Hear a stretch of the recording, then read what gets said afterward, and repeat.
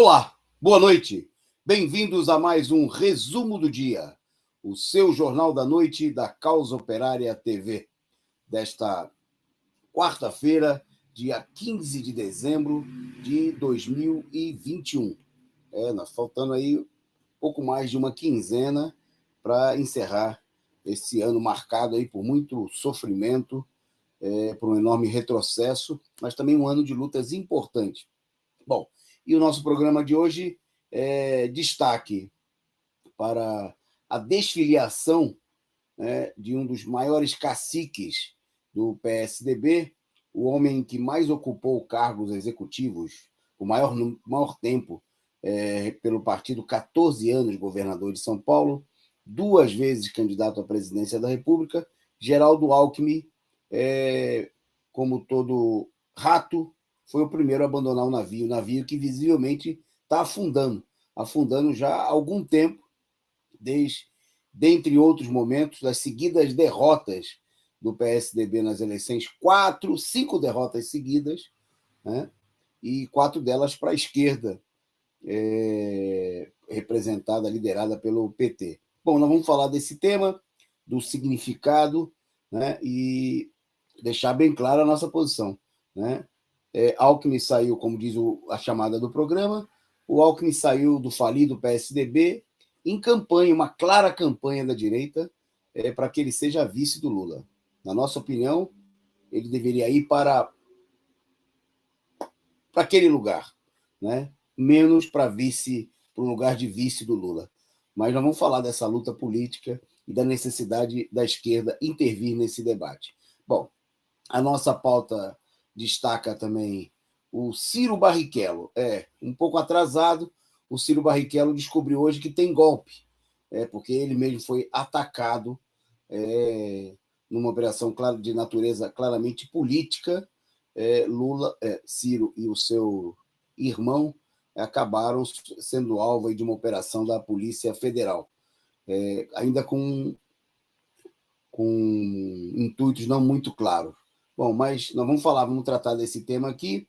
O Cupincha do Aécio, o ex-governador de Minas Gerais, a Anastasia, que ganhou um cargo em uma eleição no Senado e na Câmara dos Deputados, que mostrou aí a força do Centrão. Então, fique aí que nós vamos falar desse tema, vamos destacar também na pauta que, tentando ser o candidato oficial da direita, o Moro procura se aproximar do MDB, de Michel Temer, para tentar abrir um canal aí, já que é para ser candidato da direita golpista, precisa de um grande partido golpista, como é o caso do MDB, e de um mestre em golpe, né, como é o caso do Michel Temer. Bom, depois da indicação de um militar para a diretoria-geral do TSE, o general Heleno fez novas ameaças golpistas. Nós vamos falar também desse tema aqui. Destaque na nossa pauta internacional a reunião do ALBA e a visita do presidente boliviano a Cuba. Nós vamos mostrar aqui também, vamos falar das diferenças da esquerda, mostrar o vídeo do companheiro Rui destacando aí a diferença da esquerda latino-americana. E no nosso destaque de colunista de hoje, o companheiro Henrique Arias falando da vida sem graça e mal-humorada dos identitários. Então, você que está aí junto conosco já nesse começo de transmissão, o nosso muito boa noite, e a gente pede a você aí que compartilhe conosco adoidado, né? Para que a gente aumente aí a nossa audiência desse canal independente, combativo, revolucionário, que é a Causa Operária TV e o seu Jornal da Noite. Então eu vou mandando um salve aí para alguns muitos dos nossos amigos que já nos acompanham nessa transmissão e pedindo a você que compartilhe, né? E que você também fazendo um convite, se você ainda não é membro do nosso canal, como toda essa turma maravilhosa que está de verde aqui no nosso chat, com o nomezinho em verde, você pode tornar-se membro imediatamente. Basta clicar aqui logo abaixo da telinha, no retângulozinho azul, seja membro, e escolher o seu plano para contribuir, ajudar a sustentar a Causa Operária TV. Então, escolha aí o seu plano de bronze até rubi, né, o que fica mais adequado para o seu bolso, e ajude, né, fortaleça essa imprensa combativa revolucionária. Bom, você pode também, durante o programa, né, ir mandando aí a sua contribuição instantânea, o seu superchat, com a sua mensagem para a gente ler aqui no programa, o seu sticker, aquelas figurinhas simpáticas também, para a gente destacar aqui a sua contribuição e a sua participação. Rapidamente, então, um salve aí para alguns dos nossos amigos, como a querida Clenilza Panato, que está aqui conosco, ela do ABC. Sou eu, Nilza Ramos, nossa companheira lá do Paraná, a Maria Genoveva, o Aurélio dos Santos, Bruno Vilela, que perguntava quando ia começar a bagaça. Começou, Bruno.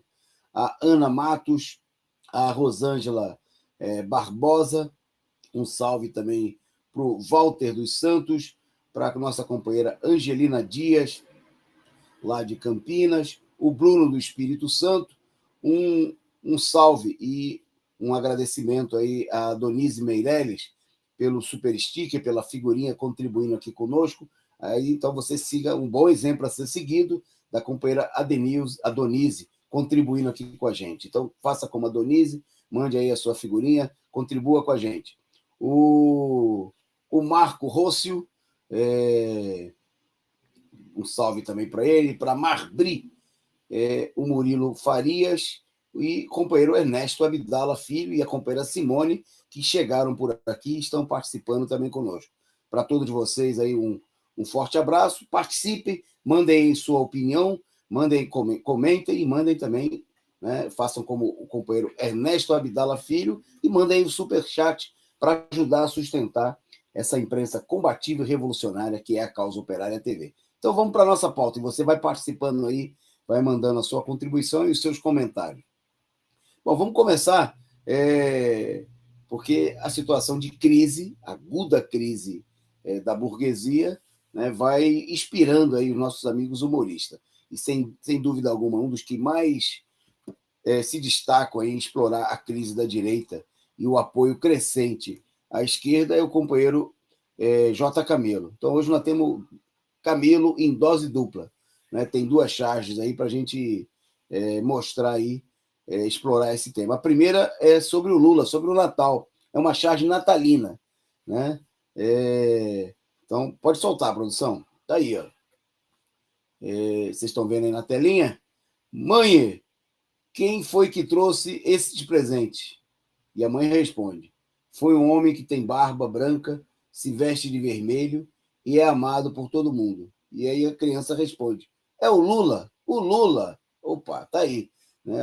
O J. Camelo destacando a popularidade do Lula, popularidade essa que a direita quer explorar. Bom, já essa outra charge explora as alternativas da direita ao Lula nesse momento, né? E mostrando aí um coxinha dizendo que é uma escolha muito difícil entre a bosta do Bolsonaro e a merda do Moro. Né? Tá aí o nosso companheiro Charles Camelo com a sua pena castigando aí, tirando um sarro da direita golpista e dos seus dois candidatos. Bom, vamos lá, vamos para os nossos temas. Brincadeira tem hora, e é bom, né, usar aí o humor também como uma arma na luta política. No final do programa, o companheiro Henrique vai falar desse tema, né, de como os setores da esquerda identitária passaram a ser chatos, perderam todo tipo de graça, né, não fazem uso do humor, inclusive muitas vezes condenam, né, o humor, né, porque o humor, quando bem adotado e bem usado, é uma arma revolucionária, é uma arma que pode ser usada no sentido de esclarecer, denunciar e até mobilizar, né, aqueles que podem efetivamente ser um instrumento de transformação da situação. Bom, mas o nosso destaque inicial na pauta de hoje o programa tem muitos temas políticos, diretamente políticos, que são importantes, que têm a ver com a vida de todo o povo brasileiro. O primeiro destaque é a aprovação pela Câmara dos Deputados das mudanças feitas pelo Senado, com o que se conclui o processo de votação da PEC dos precatórios, né? A Câmara apenas retirou o cronograma de pagamento das dívidas relativos ao Fundeb, né, o Fundo da Educação, né? E toda a parte da PEC que reunia consenso do Senado e da Câmara já foi promulgada, né? E a proposta vai ser encaminhada ao presidente golpista Jair Bolsonaro para aprovação. Quer dizer, a Câmara fez a votação em 2 turnos, né? E concluiu a votação que estabelece, né, da PEC, que estabelece um limite para um limite anual para o pagamento dos precatórios, né? A votação foi aprovada no primeiro turno por 327 votos favoráveis e 147 contrários.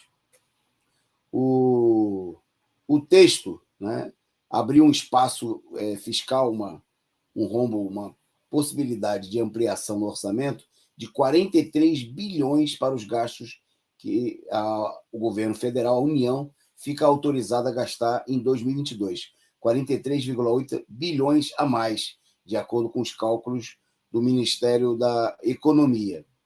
O texto, né, que também foi chamada a PEC, que foi chamada de PEC da reeleição do Bolsonaro, ou a PEC dos precatórios, né, foi aprovado com a mudança feita pelo Senado, que reduziu de 2036, que era o que foi aprovado lá na Câmara na primeira votação, para 2026, o prazo de vigência para que haja um limite de pagamento dos precatórios. Quer dizer, nesses próximos anos, de 2022 a 2026, o governo vai estabelecer um teto, um limite máximo. Aquilo que exceder essas dívidas, né, que são resultado, só para esclarecer, né, resultado de decisões judiciais, de processos que o governo perdeu ou acordos realizados na Justiça, em vez de ter que cumprir, né, conforme determinação judicial imediatamente ou no orçamento do ano seguinte, o governo vai ganhar um prazo, vai ter um limite, né, para o pagamento, e o que passar do limite vai ser empurrado com a barriga para os anos seguintes. Obviamente que essa situação vai afetar os credores mais frágeis do governo, né? Nenhum governo capitalista, né, vai deixar de pagar os bancos, vai deixar de pagar as grandes empresas. Quem vai perder são, por exemplo, os trabalhadores que ganharam processos trabalhistas, herdeiros, né, de trabalhadores, de aposentados, que entraram na justiça em função de seus direitos terem sido afetados no pagamento de dívidas trabalhistas, de indenizações públicas, e esses setores aí vão ser afetados diretamente pela medida. Bom, o governo garante a aprovação da PEC, né, garante os recursos para pagamento do chamado Auxílio Brasil, né, depois de acabar com o Bolsa Família, que tinha mais de 18 anos de existência, de deixar uma parcela, milhões, né, de pessoas sem receber o auxílio emergencial, não pela primeira vez, ao longo dessa pandemia isso aconteceu aí por vários meses, né, e de cortar o pagamento já nesse final de ano para uma parcela da população. O governo está previsto aí na proposta aprovada o pagamento de um valor aí que está sendo apontado entre R$ 415 para cerca de 20 milhões de brasileiros aí no próximo ano. A medida corresponde, por um lado, a uma necessidade da população, né, e que é aprovada, inclusive, por um setor da direita, porque teme a reação da revolta popular, né, e prefere pagar um valor que, obviamente, não corresponde à necessidade, na situação de crise, né, diante do que seria necessário pagar, pelo menos, né, o valor de um salário mínimo, né, R$ 415, está longe de atender às necessidades de uma família trabalhadora, mas é a tentativa de acalmar a situação e, obviamente, que o governo vai procurar explorar essa situação em benefício eleitoral da campanha à reeleição do próprio Bolsonaro. Bom, tá aí. As peças, aos poucos também, essa aprovação sinaliza um acordo, né, e que as peças do tabuleiro vão sendo colocadas em alguma medida na mesa, né? É um jogo que mal está começando, né, desse ponto de vista desse embate. A direita vai usar todas as armas para evitar uma vitória da esquerda. Com essa aprovação, mostrou-se aí um acordo para manter, pelo menos por hora, vamos ver se até onde essa situação vai, a candidatura do Bolsonaro como uma candidatura viável, a tentativa, pelo menos, de levá-la até as eleições, mesmo em meio a uma profunda crise econômica, a uma enorme rejeição do governo, como a gente destacou no programa de ontem, né, as pesquisas aí apontando um crescimento da rejeição, e a rejeição ao Bolsonaro, segundo a pesquisa do IPEC, que nós divulgamos ontem, chegou à casa dos 55%.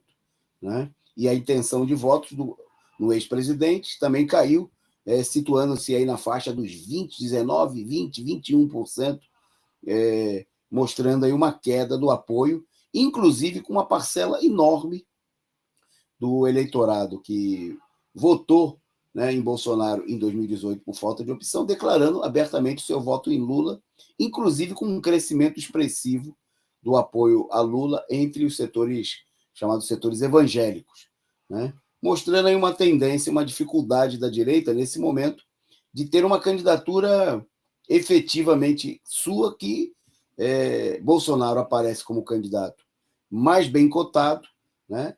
A direita tem, nesse momento, dificuldade de impor uma terceira via diante do fracasso, por hora, da candidatura do PSDB, o candidato principal da direita, dos setores mais poderosos da direita golpista, João Dória, do crescimento muito pequeno e vacilante da candidatura do Moro, e, obviamente, isso coloca a possibilidade de que a direita esteja cogitando seriamente duas alternativas: escolher um outro nome que pode estar já sendo gestado aí nos laboratórios de golpe da direita, ou apoiar Bolsonaro, né?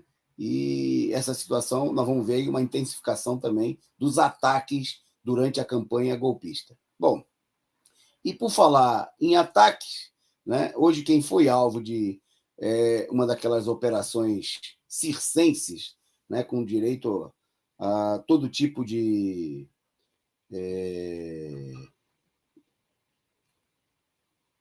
anúncios, né, toque de trombeta e tudo mais, foi Ciro Gomes, né, ex-candidato e pré-candidato à presidência pelo PDT, ex-governador, ex-ministro, bem como o seu irmão, sob a acusação de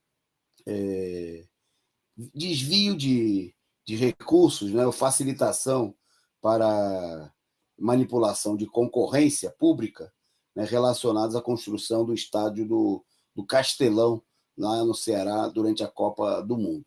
Bom, segundo é importante destacar o seguinte, que a operação teria supostamente se baseado numa delação premiada, né, sobre um episódio que aconteceu, a essa altura já teria acontecido, supostamente, há mais de 10 anos, né, e que, obviamente, não ensejava nenhuma urgência, né, da ação, né, uma ação forçada da invasão dos domicílios aí, do dirigente do candidato do PDT, né? O próprio Ciro denunciou de que a ação, que ele considerou tardia e despropositada, tem o claro objetivo de tentar criar danos. Bom, aí não fica muito claro. Ele fala em relação à candidatura dele da presidência da República, sobre o que deve se levantar alguma suspeita, né? Uma vez que a ação acaba mais colocando o Ciro em evidência do que propriamente causar danos a um candidato que está lá embaixo, está na lona, né? Não consegue aparecer por nada, né? A não ser no noticiário, nesse momento aqui, ainda que indevidamente, no noticiário policial. Isso dá lugar, inclusive, a que a gente especule que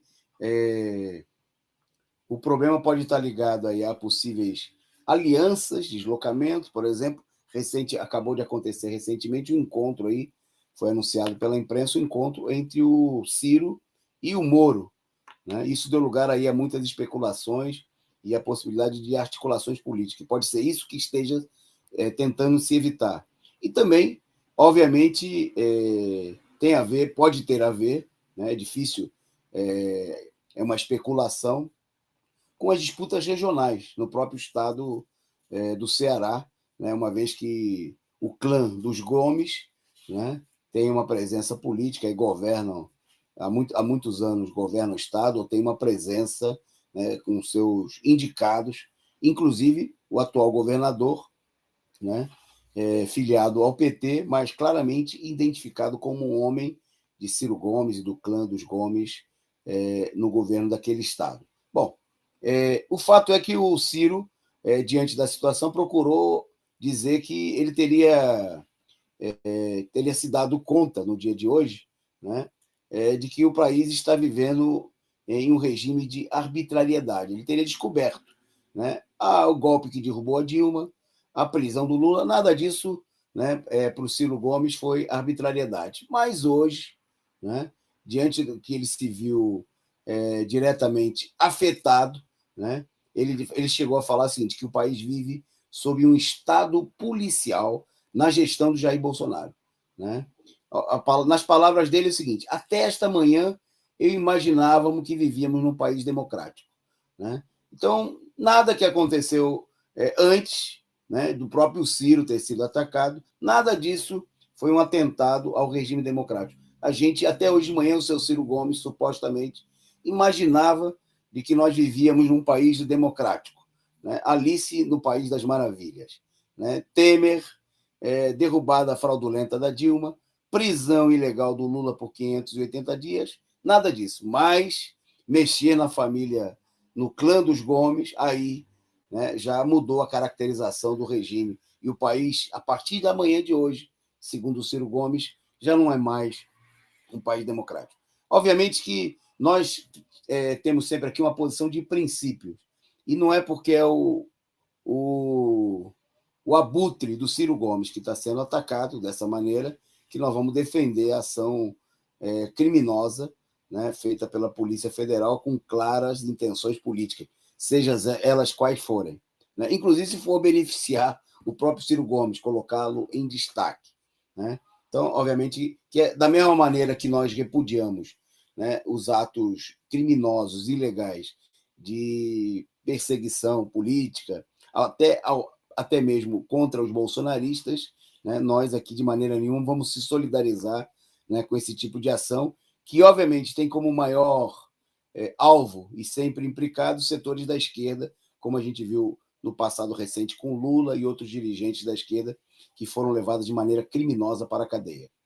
Bom, um destaque nesse episódio é a conduta também democrática, né, do ex-presidente Luiz Inácio Lula da Silva, né, que, ao contrário de Ciro, né, que, diante das ações criminosas do governo e da direita contra Lula, aplaudiu, né, bradou de maneira exultante contra os militantes da esquerda: Lula está preso, babaca, chamou Lula de canalha e tantas outras coisas mais.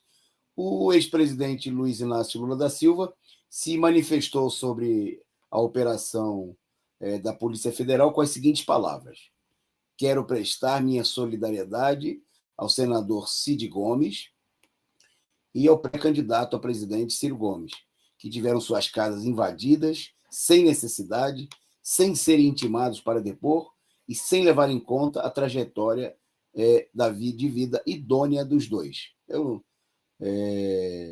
Foi essa a publicação dele no Twitter, e ele ainda acrescentou: eles merecem ser respeitados. Nós dizemos o seguinte: todos, né, merecem ser respeitados. Todos merecem ser tratados na forma da lei. Até mesmo o Ciro Gomes. Até mesmo o canalha do Ciro Gomes, né? E por isso o nosso protesto, não porque foi contra o Ciro, mas porque todos, né, como disse o ex-presidente Lula, merecem ser respeitados. Seguimos na nossa pauta, então. agradecendo aí a Marbri Venceslau, que mandou um recado dizendo: é preciso revogar a emenda constitucional 103/2019 para sair da crise. Né? Manda aqui o recado a Marbri, Marbri Venceslau de Araújo. A gente agradece aí e está mandado o recado aí. E vocês façam aí como Marbri, como o companheiro Ernesto, como a Donise Meirelles, e contribuem aqui, mandem aí o seu superchat, o seu sticker, e contribua com a Causa Operária TV. Bom, na nossa pauta agora, vamos destacar a eleição para o cargo, para uma vaga de ministro do Tribunal de Contas do União, de um apadrinhado, de um cupincha do ex-governador e ex-presidente do PSDB e ex-presidenciável tucano, Aécio Neves, um dos chefes, uma das lideranças da campanha golpista que levou à derrubada da presidenta Dilma Rousseff. O senador Antônio Anastasia, ele que é do PSD de Minas Gerais, partido presidido pelo Kassab, foi escolhido ontem pelo Senado e hoje teve o nome ratificado pela Câmara dos Deputados para ocupar uma vaga no Tribunal de Contas da União. Ele obteve 52 votos e venceu 2 outros concorrentes. A senadora Cátia Abreu, que agora está no Progressistas, que obteve 19 votos, e o terceiro candidato, o menos votado, o terceiro colocado nessa disputa, e que abriu uma enorme crise, foi o Fernando Bezerra Coelho, que ele que é do MDB de Pernambuco, e que, sendo líder do governo no Senado Federal, né, foi um dos principais, apontado por todo mundo como um dos principais defensores do Bolsonaro lá no circo da CPI da pandemia. Ele obteve apenas 7 votos. Então, o candidato apadrinhado pelo Aécio e pelo presidente do Senado, o Pacheco, né, obteve 52 votos contra 7 daquele que seria supostamente o candidato do Bolsonaro. Né? Ele, inclusive, procurou fazendo campanha falando aí da sua fidelidade ao presidente da República, e parece que o Bolsonaro não retribuiu da mesma maneira, não foi muito fiel ao aliado, líder do governo, né, que acabou obtendo apenas 7 votos. E que hoje o Fernando Bezerra acabou renunciando à liderança, expressando aí a sua insatisfação, acabou renunciando à liderança do governo no Senado Federal, né, abrindo aí mais uma crise no governo Bolsonaro, né, com a vitória do Centrão, de um aliado, de um elemento, ainda que da ala bolsonarista, né, da ala ligado ao Aécio Neves, da ala do PSD, do Kassab, mas, né, mostrando, reforçando, inclusive, o poder do Centrão, nessa barganha que o Centrão tem feito aí, né, numa política de apoio ao presidente da República, mas na defesa dos seus próprios interesses. Né? Um apoio que, inclusive, pode oscilar, né, de um lado para o outro, né? Pode fazer de Bolsonaro o candidato da imensa maioria do Centrão, como aparece nesse momento como sendo, mas que pode levar também, obviamente, toda uma ala desse bloco golpista a apoiar aí outra candidatura e trair em algum momento o próprio Bolsonaro. Né? Bom, vamos aguardar para ver, mas de qualquer maneira é um fator de crise e de reforçamento, num certo sentido, do Centrão. Bom, por falar de crise, de divisão na direita, o Moro está buscando, aí a imprensa capitalista divulgou largamente hoje, que preocupado em ampliar, né, em abrir um canal aí com o MDB, ele está se aproximando aí do ex-presidente da República golpista, Michel Temer, né, tentando criar aí uma ponte para negociar, quem sabe, aí um apoio do MDB. Hoje também eu ouvi que o o Moro estava realizando, eu vi inclusive uma entrevista de um deputado do PSL, que agora se transformou no União Brasil, né? O partido que fundiu o PSL com o DEM. O deputado falava que as negociações são também no sentido de abrir-se a possibilidade, uma negociação, em colocar na vice do Moro o presidente do PSL, o Bivar, né? Ele que foi o presidente do partido que elegeu o Bolsonaro, o PSL, e que agora é o presidente do partido que surgiu da fusão do PSL com o DEM. Bom, o Moro, então, está aí nas negociações com o MDB, né? E buscou aí estabelecer aí conversações com o ex-presidente do partido, né? O Temer foi presidente do MDB durante muitos anos e agora está negociando diretamente aí com o Temer a possibilidade de um apoio. Essa situação toda no interior da burguesia vai demandar aí uma série de articulações, né, de decisões dos setores mais importantes do mais poderosos da burguesia, em torno de qual será o candidato efetivamente a ser apoiado, né? Daí pode surgir, inclusive, a possibilidade de um candidato que não apareça ainda, que não esteja na disputa, né? Como uma saída daquilo que amplos setores da burguesia gostariam que acontecesse, que é a existência de uma chamada terceira via.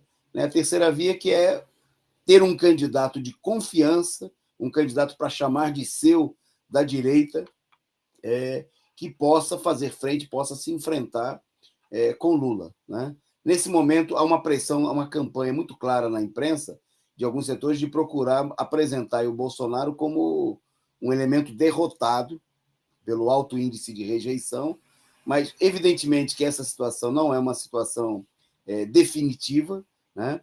Tem muita crise, muita confusão ainda para rolar, muito ataque à candidatura do Lula para ser feito, né? E esse, com certeza, quanto maior for a crise, quanto maior for a divisão da burguesia, maior será a unidade para atacar, para caluniar, né, e ir para cima do Lula. Bom, no meio disso tudo, surge com muita importância uma notícia que nós destacamos ontem, que hoje teve continuidade a notícia. Né? Ontem nós falamos do Partido Militar, né, ter indicado aí para a presidência do Supremo, não, para a diretoria, não para a presidência, para a diretoria geral do Tribunal Superior Militar, né, um general, um ex-ministro da Defesa do governo Bolsonaro, foi afastado pelo governo Bolsonaro, mas finalmente um elemento de alta confiança dos militares. Pois bem, hoje, né, o padrinho, né, o chefe, né, desse general que está na reserva, né, o general Heleno, né, teve um áudio vazado em que ele, que é ministro do Gabinete de Segurança Institucional, o GCI, falou do esforço para não estimular o presidente da República a tomar medidas drásticas contra o Supremo, o que foi apontado todo mundo aí, por muitos setores, como uma ameaça de golpe. Né? Nós estamos falando do general Augusto Heleno, né? Que, inclusive, disse o seguinte, que tem 2 ou 3 na gravação vazada, 2 ou 3 ministros da Suprema Corte, e que estão realizando uma política de ataque. Né? Ele destacou como sendo, vou citar as palavras do general Heleno, há uma divergência entre os poderes. Vou evitar usar um termo mais forte. Né? Temos um dos poderes que resolveu assumir uma hegemonia que não lhe pertence e está tentando esticar a corda até ela arrebentar. Nós estamos assistindo a isso diariamente por parte principalmente da parte de 2 ou 3 ministros do STF.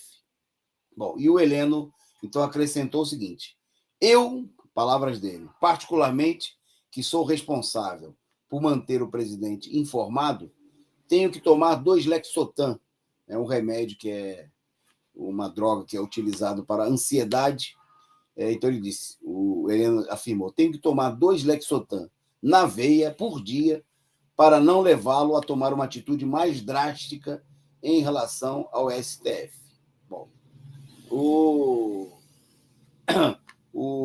a gravação foi vazada, foi divulgada, né? E causou aí um sururu, uma crise danada, né? Porque primeiro elas denunciam algo que é real, né? Hoje, por exemplo, o STF estabeleceu aí as condições de ingresso de estrangeiros no país, né? O STF tomou para si poderes legislativos, executivos, né? Um poder que é acima de todos os outros poderes, como destacou o Heleno, né? Bom, e o general ele já partiu aí, né? A política do Heleno não é defender nenhuma democratização do regime, né? O problema é a disputa de quem exerce, quem comanda a ditadura. Ditadura, somos a favor, pensa o Heleno. Mas o que o Heleno e que o Partido Militar quer é que outros setores, e não o STF, estejam à frente dessa ditadura, estejam aí impondo, né, os seus pontos de vista, das suas decisões, à maioria da população. Bom, então, em toda a imprensa, em vários setores da imprensa golpista, destacaram mais uma vez como uma ameaça de golpe, né, a ameaça do general Heleno de indicar ao Bolsonaro ações, né, mais duras, né, ações contra o STF, né? E, bom, daí setores da oposição adotaram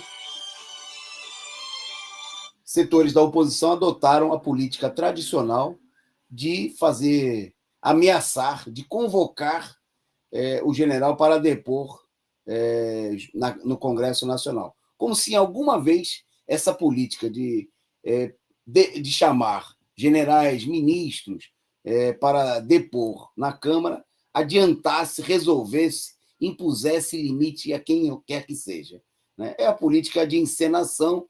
De um lado, o cachorro late e ameaça, e do outro lado, setores da oposição, inclusive da esquerda, brincam de assustar o cachorro, clamando por esclarecimentos no parlamento, no Congresso. E, como sempre, os militares, de novo, voltam a rosnar, voltam a ameaçar, né, diante de um STF autoritário, imperial, sem controle, né?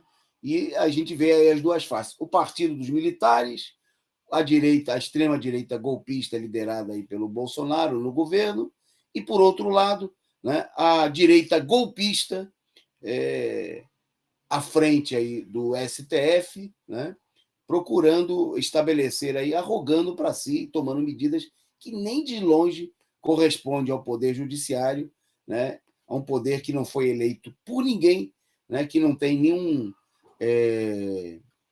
nenhum apoio popular, né, num país em que o regime supostamente ou seria um regime baseado na democracia, onde todo o poder deveria emanar do povo, né? Nós temos aí o poder cujo poder, né, não tem nada a ver com o povo, não partiu de nenhuma escolha popular, né, se colocando acima de todos os outros poderes, e as Forças Armadas agindo com métodos ditatoriais, antidemocráticos, para criticar com ameaças de golpe, né, de mais ditadura, a arbitrariedade do próprio judiciário.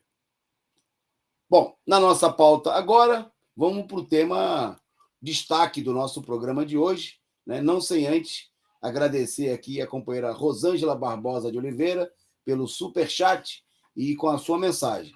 Por um governo dos trabalhadores, Lula presidente. É isso aí, Rosângela. Obrigado aí pela participação, pela contribuição, e Estamos juntos aí. Lula, presidente por um governo dos trabalhadores. Façam aí como a Rosângela, façam como os demais companheiros que contribuíram. Mande aí o seu superchat. E agora nós vamos falar do Alckmin. O Alckmin que, nessa quarta-feira, né, deixou o PSDB depois de 33 anos à frente do partido. À frente não, né? Em várias posições na retaguarda e em vários momentos à frente do partido. Ele chegou a ser presidente nacional do PSDB logo depois do golpe, né? Sendo um elemento aí importante de apoio, de suporte do governo golpista de Michel Temer, que foi por 2 vezes candidato à presidência da República pelo partido e que por 14 anos, né, foi governador do estado de São Paulo, aonde levou adiante, né, a política de duros ataques contra os trabalhadores dos serviços públicos, seguindo aí a política dos seus comparsas do PSDB, como vocês estão vendo aí na imagem, ao lado do Alckmin, o Serra, o FHC, o Aécio. Pois bem, um dos principais caciques tucanos, portanto, né, ele aí ao lado do amigo do peito, Aécio Neves, deixou hoje, entregou aí a sua ficha de desfiliação ao PSDB. Né? Bom, o ato foi feito aí com grande pompa e circunstância. Né?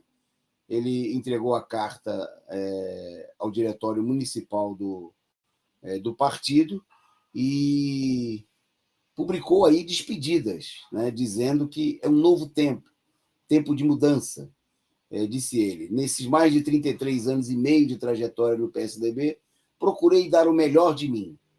Um soldado sempre pronto para combater o bom combate, com entusiasmo e lealdade.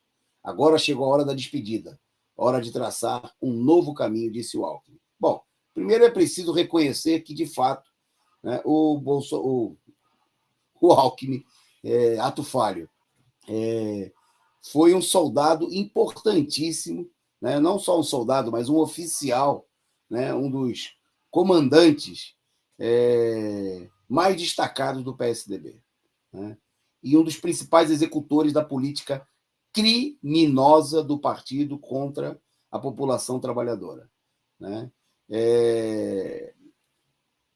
Alckmin, né, esteja à frente, como a gente destacou, 14 anos do governo do estado de São Paulo, essa potência, o segundo maior orçamento público do país, perdendo apenas para o orçamento da União.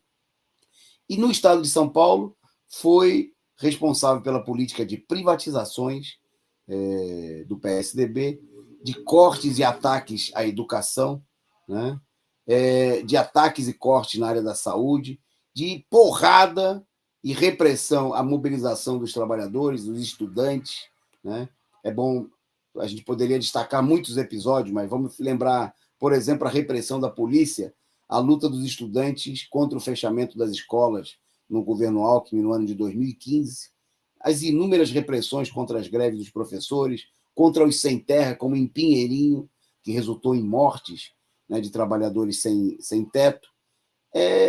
Um dos principais representantes da política hedionda, criminosa, né, de massacre contra os trabalhadores do PSDB. A política de entreguista, de entregar as empresas públicas, os recursos públicos para os grandes capitalistas, né, com um conjunto sempre de denúncias, desde o superfaturamento aí, e os benefícios a empresas aí, nos pedágios de São Paulo, que são os mais caros do país, né, até o desvio de merenda, né, da parte aí de afiliados aí do Alckmin e da sua turma. Desvio de verba do Trenzalão. A chuva de denúncias é enorme e, obviamente, nunca ninguém apurou nada, porque as ligações do PSDB com o judiciário golpista são profundas e conhecidas de todos. Pois bem, o Alckmin saiu e deixou o PSDB para uma causa ainda menos nobre do que a sua trajetória criminosa, a sua trajetória de crimes contra o povo à frente no Partido da Social Democracia Brasileira, né? Alckmin é parte, né? Digamos aí, o motor de uma campanha para dar a Lula um candidato a vice-presidente golpista, inimigo do povo, defensor das privatizações, né? Defensor, um dos principais articuladores do golpe que derrubou a Dilma, e que nós temos uma imagem aí, que a gente já mostrou aqui dias atrás, e que comemorou a prisão do Lula, né? Com frases como essa que vocês vão ver aí na imagem que a gente separou para vocês, que destacava o seguinte, que na opinião do Alckmin, a prisão do Lula acalmava o país. Era um fator de tranquilização do país, né? Quer dizer, é a política ultracriminosa essa política desse setor. O Alckmin é o elemento que defendeu aí na campanha eleitoral de 2018, precisava privatizar tudo, inclusive a Petrobras, né? Ele colocou em palavras aquilo que o Bolsonaro está fazendo na prática. Mas vejam aí a imagem, né, sobre o que o Alckmin dizia sobre a prisão do Lula. Decisão de manter Lula preso devolve tranquilidade ao país, na avaliação de Alckmin. Era a publicação do PSDB lá em julho de 2018. É bom lembrar que foi nesse momento aí que o STF julgou o habeas corpus e atendeu, né, às ameaças, aos reclamos do general Heleno, que ameaçou na época que se o Lula fosse colocado em liberdade, ia ter um golpe de Estado no país. Pois bem, o Alckmin é parceiro dessa corja, dessa horda de canalhas, né, que fez o que fez, apoiaram de fato a eleição do Bolsonaro como seu parceiro, o Bolsodória, aqui em São Paulo, para fraudar as eleições, né, e impor ao país um segundo governo, ainda mais criminoso, ou tão criminoso quanto o primeiro governo golpista de Michel Temer. E agora está sendo aí conduzido a toda uma campanha para que ele seja conduzido à posição de candidato a vice-presidente do Lula, né, onde ele vai, muita gente já apontando que ele teria o mesmo papel do Temer, né, de ser um contrapeso golpista, e ele que tem uma capacidade importante de articulação, né, vem aí do PSDB, que é um barco afundando. É bom destacar também que o Alckmin abandona o PSDB como um político profissional, como fazem todos os políticos da burguesia, em função de interesses, né, particulares e interesses de amplos setores da burguesia, né, que estão fazendo campanha a favor do seu nome. Né? Não se trata de um problema de decisão, essa conversa de decisão pessoal, individual, né? Os políticos da burguesia eles correspondem sempre, né, como todos os políticos em geral, a interesses de classe, a interesses de determinadas camadas sociais, né? E assim acontece também com todos os partidos. Você tem partidos representantes do grande capital, de setores fundamentais da burguesia, de setores da burguesia nacional, partidos que procuram representar os interesses da classe operária e assim por diante, né?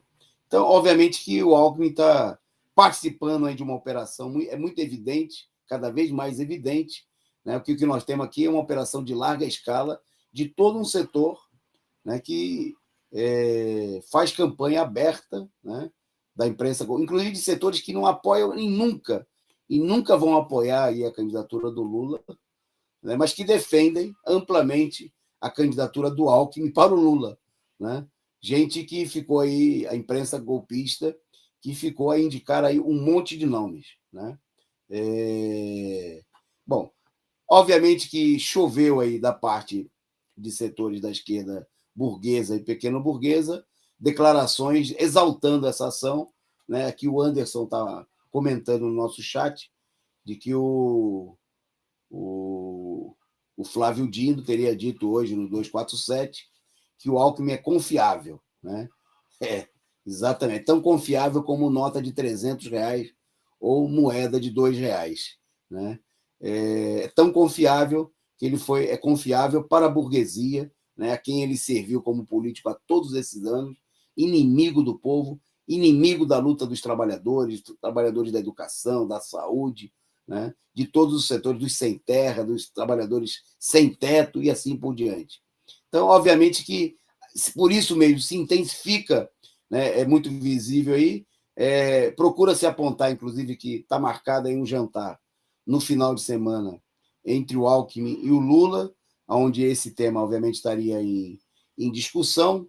Bom, e eu relaciono, obviamente, que isso aí é uma política que gera crise, que gera divisão, inclusive no interior do próprio PT, onde setores da base e, inclusive, da direção, né, parlamentares do PT, que estão contra essa política, né, veem nisso aí uma ameaça muito clara, alguns como uma ameaça ao interesse dos trabalhadores, e outros estão preocupados, inclusive, com a perda de prestígio eleitoral, porque nessa situação você vai ter aí todo tipo de abutre, né? Nós vamos falar mais desse tema em outro momento, mas se veicula nos bastidores aí a possibilidade, por exemplo, do lançamento de uma chapa esquerdista para criticar o Lula, para fazer campanha contra o Lula e receber apoio da direita, por isso, é claro, né? Uma nova chapa, uma nova Luiza Helena, uma nova Marina Silva, mais à esquerda. Cogitando-se até na possibilidade da formação de uma chapa Boulos Manuela, né? Nos bastidores da esquerda circula, né, essa discussão, que seria uma chapa não para ganhar, não para disputar as eleições, mas para servir a burguesia e atacar, né, a única candidatura capaz de derrotar o Bolsonaro. E toda a direita, que é a candidatura do Lula, né, que é a candidatura capaz de representar os trabalhadores e a luta contra o golpe. Isso, né, quer dizer, é claro que a direita faria campanha contra o Lula de qualquer maneira, e também muitos desses setores da esquerda frente amplista, mas a possível presença do Alckmin oferece munição, né, pretexto para essa direita que não quer a unidade da esquerda, que não aprovou nos seus congressos e fóruns partidários o apoio ao Lula até agora, né, e, num certo sentido, participam da pressão da campanha que a direita faz a favor de que o Lula adote uma política que é uma política tipicamente uma política de frente ampla, né, de aliança com setores golpistas. E, como a gente vem destacando, uma típica frente popular, em que a frente é feita, né, com um fantasma da burguesia, com um elemento que, nesse momento, já não tem um poder central, né, não é um dos principais, não comanda nenhum partido, né, o Alckmin está saindo do PSDB, mas o PSDB, nesse momento, aí, a trancos e barrancos, ficou aí sob o comando do João Dória, né, ainda que não com uma maioria folgada nem nada. O Alckmin não tem nenhum grande partido, né, é anunciada, inclusive, a possibilidade de que ele se filie aí a uma sublegenda, né, um partido que era muito claramente aí uma sublegenda, pelo menos de uma ala do PSDB, provavelmente do próprio Alckmin, que é o Solidariedade, né? Então, nós vamos ver os desdobramentos dessa situação no próximo dia, vamos voltar a falar nesse tema, mas, obviamente, que isso aí não tem nada a ver com impulsionar uma perspectiva de luta, de enfrentamento com a direita, né? É uma ameaça em si, a própria campanha do Lula, que, para ser vitoriosa, precisa ser uma campanha de luta, de mobilização da população contra os duros ataques da direita, que com certeza virão. Nós vamos em frente. Antes de passar a nossa próxima pauta, saudar aqui, agradecer ao super sticker, a figurinha simpática do LC29. Muito obrigado. A Donise comentando aqui que o Alckmin sai do PSDB, mas o PSDB não sai dele. É a mesma política, né? Bom, vamos em frente, né? Agradecendo, pedindo a você que siga o exemplo da Donise, dos demais companheiros que aqui contribuíram, e manda aí o seu superchat, o seu super sticker. A Rosângela Barbosa dizendo que em todos os estados brasileiros, governados pelo PSDB, virou uma pobreza enorme. São uns vermes, diz ela. O Acervo Alex comentando, pois Alckmin é vice do Haddad, o mais tucano dos é o vice do Haddad, o mais tucano dos petistas. Saiu a Manu do Jaburu e entra o picolé do Chuchu. E segue o golpe. Tá aí. Vamos em frente. Agora, na nossa pauta, vamos destacar, vamos para as notas internacionais, e daqui a pouco nós vamos ver um trecho da análise política do companheiro Rui, falando justamente desse problema da característica da esquerda latino-americana, né, que ajuda também a gente a compreender a situação no Brasil. Mas antes, né, queria destacar aqui, vou juntar as duas notícias importantes internacionais aqui, porque elas estão relacionadas, né? Se reuniram-se os países que integram a ALBA, né? A Aliança Bolivariana para os Povos da Nossa América. Aliança Bolivariana para os Povos da Nossa América, ALBA. E procuraram debater aí uma política de colaboração, inclusive na produção de alimentos, para enfrentar a crise. Né? Uma decisão importante, né, dos governos de Nicarágua, Bolívia, Venezuela, Cuba, né? Quem sabe aí buscando aí toda uma política de colaboração para enfrentar o duro embargo e os ataques que sofrem. A reunião foi realizada em Cuba e, após a reunião, o presidente boliviano, Luiz Arce, né, iniciou aí uma visita oficial a Cuba, né, mostrando, reforçando os laços de solidariedade entre os dois países, né? E na própria ALBA, a Bolívia propôs aí que se criasse empresas de medicinas e alimentos, né? Entre os dois, entre os países componentes da Aliança Bolivariana para os Povos da Nossa América. Bom, o encontro procurou adotar medidas defensivas, então, obviamente, diante dessa situação, né? O presidente de Cuba, por exemplo, destacou, né, que o Arce, o presidente da Bolívia, trouxe um donativo de 15 toneladas de alimentos e 5 de medicamentos, como parte da segunda entrega de ajuda humanitária da Bolívia com o povo cubano. Né? Agradeceu, destacou publicamente, agradeceu, né? Por sua vez, Cuba está procurando contribuir aí com a Bolívia e outros países, com as vacinas produzidas naquele país, estabelecendo aí, né, um intercâmbio importante, fundamental para todos esses países que enfrentam, principalmente Cuba, né, que enfrenta nesse momento, assim como a Venezuela, um enorme cerco, né, com resultado de décadas de embargo criminoso do governo dos Estados Unidos. Bom, eu destacar agora, deixa eu só, vou pedir para a produção ver se já está aí na agulha o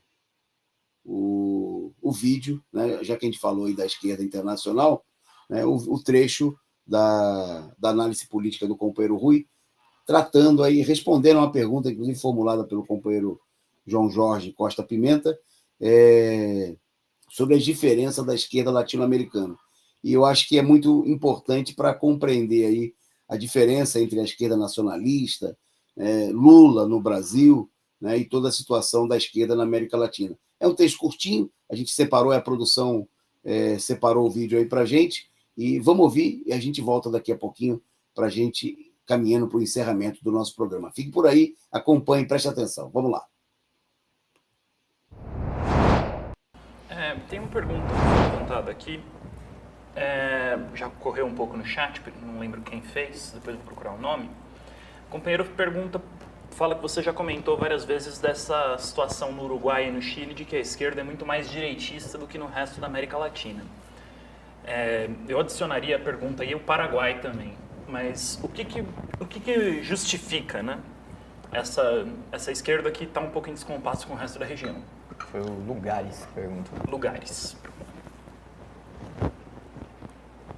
Bom, o que nós temos, de um ponto de vista geral, né, não é que ela está em descompasso,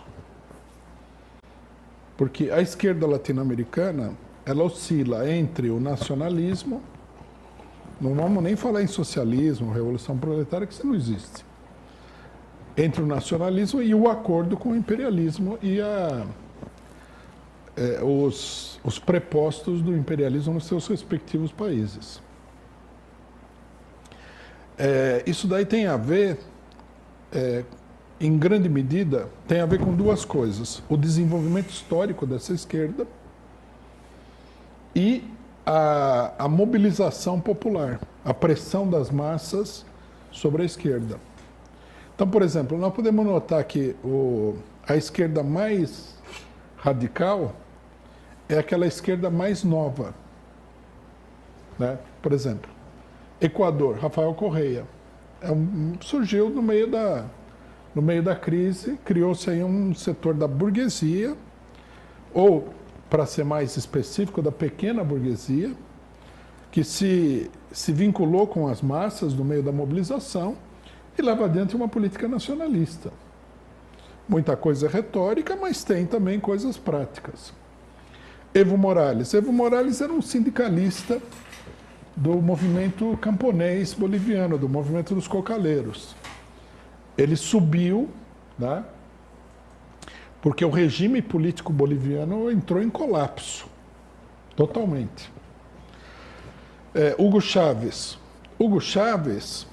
era um coronel do exército, né, que num dia de muito calor aí decidiu dar um golpe de Estado muito mal organizado. E ficou famoso porque o país também estava caindo aos pedaços.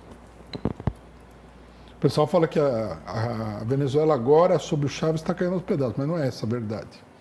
A verdade é que a Venezuela chegou num ponto tão grave que todo o sistema bancário venezuelano foi à falência, o que liquidou de vez o Partido Socialista venezuelano, que era um partido mais forte do país. Então, quer dizer, e o Lula, o PT também, é um partido novo, num certo sentido. O PT surgiu mas surgiu a partir das mobilizações contra a ditadura militar. Então, quer dizer, esses setores, eles são mais à esquerda. Agora, o Partido Socialista Chileno está aí há muito tempo, né? A ligação dele com as massas é fraca, sempre, de um modo geral sempre foi, né? A Frente Ampla do Uruguai também é uma frente muito direitista, o pessoal não se dá conta disso. O Partido Socialista Uruguai, que é um partido muito fraco e não tradicional, muito direitista. Aí você tem gente que navegou muito para a direita, já eram direitistas antes, né? O pessoal vê, por exemplo, na Frente Ampla Uruguaia, os Tupamaros, ex-grupo guerrilheiro. Mas o Tupamaro de hoje é guerrilheiro do passado, né? Está à direita da Dilma Rousseff, que é guerrilheira do passado também. E não tem, nos Tupamaros, na Frente Ampla, não tem nem o Lula, né? Porque o Lula é uma pessoa que mantém uma relação ampla com a população pobre. É a população pobre que vota nele, não é a classe média. Na Frente Ampla do Uruguai não é assim, no Chile não é assim. Então isso aí permite a cooptação da esquerda, né? Com maior facilidade. O Lula, ele chegou num acordo com a burguesia em outra situação. Agora não está conseguindo, né? Mas o Partido Socialista hoje, apesar de estar em crise no Chile, ele faria um acordo ele fez acordo com os pinochetistas, tudo. Frente Ampla também.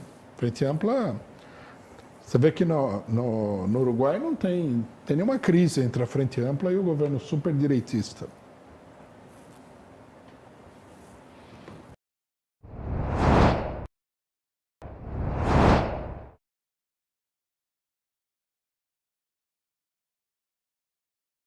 Opa!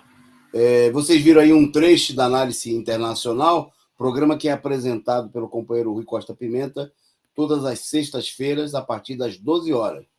E cujos os vídeos desse programa ficam aí à sua disposição. Se você quiser assistir na íntegra, né, toda uma apreciação da situação no Chile, onde o companheiro Rui, nós destacamos aqui hoje esse comentário sobre as diferenças da esquerda latino-americana, né, a esquerda, os setores mais nacionalistas, os setores mais pequenos burgueses da esquerda, e a esquerda brasileira, sob a liderança do Lula, um elemento diferenciado, que tem esse vínculo com os trabalhadores, com o movimento operário. Bom, para a gente caminhar para o finalzinho, que nós temos mais um vídeo para a gente mostrar, queria só destacar aqui uma última nota internacional. O Alberto Fernandes, presidente da Argentina, revogou, né, o decreto, ele revogou mediante decreto as privatizações de empresas de energia e centrais térmicas realizadas pelo governo de Maurício Macri, o governo que o antecedeu de 2015 a 2019. Né?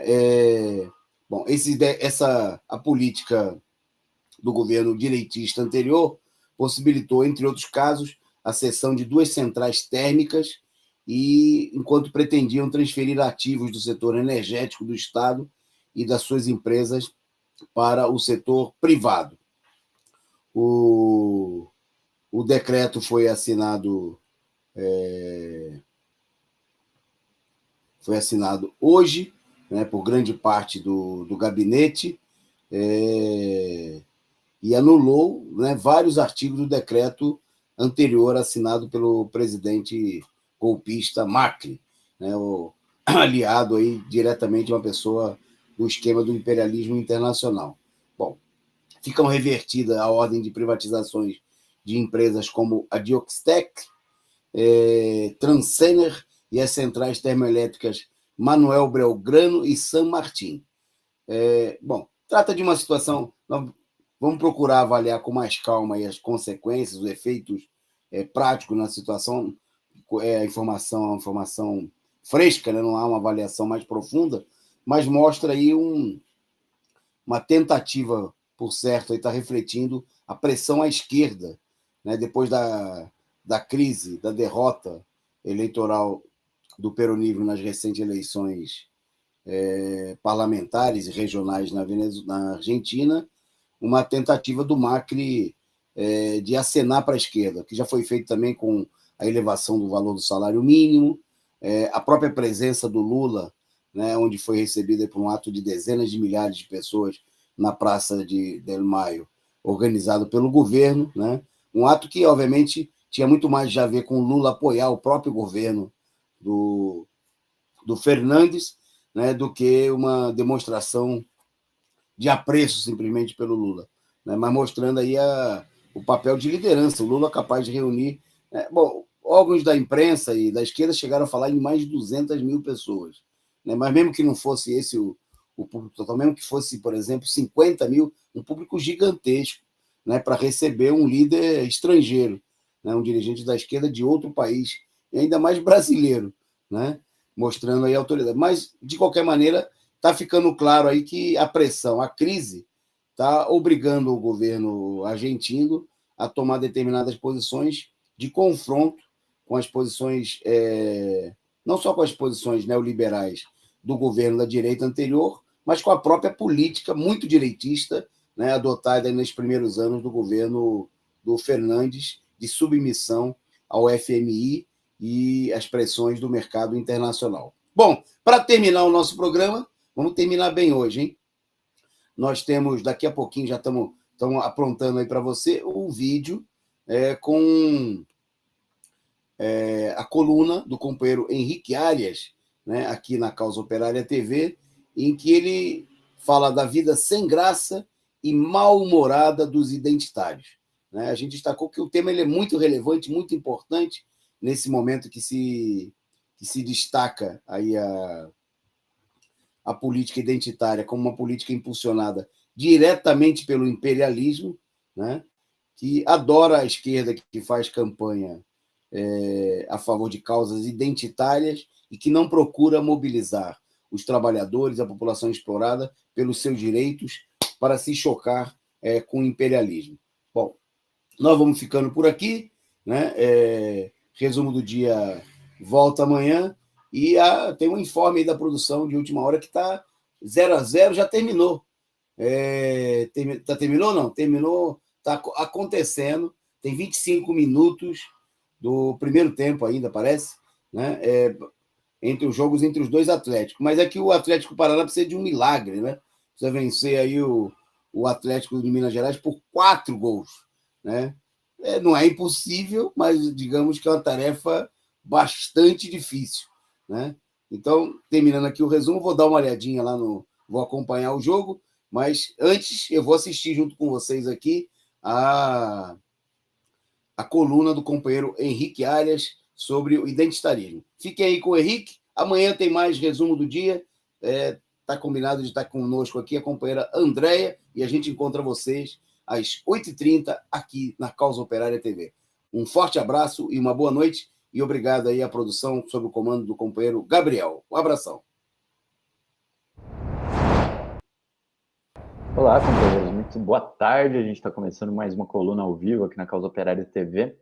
Antes da gente começar aqui com o nosso tema, só lembrar para vocês se inscreverem no canal, compartilhar o nosso vídeo aí com seus contatos, manda no Facebook, no Twitter, no WhatsApp, compartilha o nosso canal, nos ajude a aumentar o número de visualizações aqui da Causa Operária TV e contribua conosco, manda seu superchat, seu super sticker e se torne membro assinante do canal a partir de R$ 7,99 por mês. Você se torna um membro bronze, mas você tem ainda 5 opções de membro para contribuir conosco. É uma assinatura importantíssima para a gente garantir um financiamento dessa imprensa revolucionária, independente.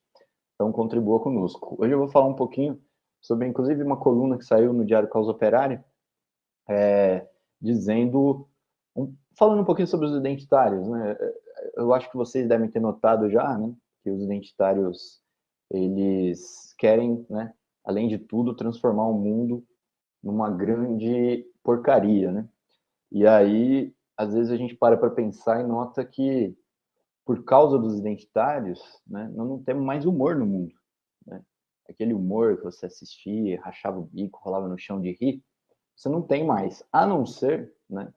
Ou, logicamente, posso estar generalizando, né, mas correndo esse risco de generalizar, né? Mas nós temos, né, às vezes, algumas pessoas da direita que se arriscam em fazer humor, né, justamente, e acabam sendo de direita não tanto por ideologia, mas como reação a essa